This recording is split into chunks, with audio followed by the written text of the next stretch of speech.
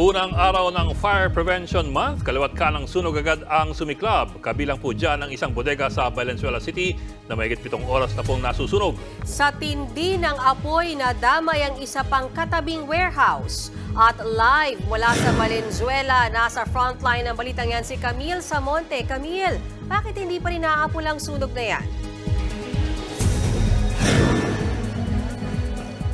Bokmean, nahihirapan yung mga bumbero na apulahin nga itong sunog na sumiklab sa isang warehouse sa Paso de Blas, Valenzuela. Kaya makapasok yung mga bumbero sa loob ng warehouse dahil sa sobrang kapal ng usok at karamihan din kasi ng mga materyales sa loob ay flammable.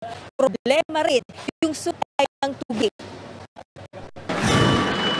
Nagngangalit na apoy ang lumamon sa warehouse na ito sa Paso de Blas, Valenzuela mag-aalas 3 ng hapon kanina. Nabalot ng makapal na usok ang dalawang palapag na warehouse kung saan nakaimbak ang mga gamit pang kusina. Ayon sa mga bumbero, pahirapan ang pag-apula dahil sa mahinang supply ng tubig. Hindi kasi gumagana ang water standpipe system ng warehouse na pagkukunan sana nila ng tubig. Malayo rin ang fire hydrant sa warehouse. Kaya napilitan ang mga bumbero na tibagin ang bahagi ng padera sa harap ng warehouse.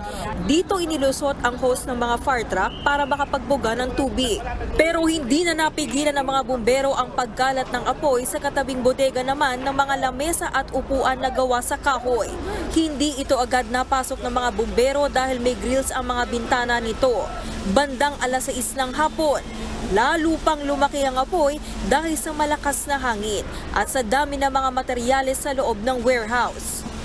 Tumangging humarap sa media ang mga empleyado pero base sa kanilang kwento, may napansin silang may umuusok sa loob ng warehouse. Sinubukan pa raw nilang apulahin ito gamit ang fire extinguisher pero mabilis daw itong lumaki kaya tumawag na sila ng bumbero. Mabuti na lang daw at nakabreak sila sa trabaho nang sumiklab ang sunog kaya walang nasaktan.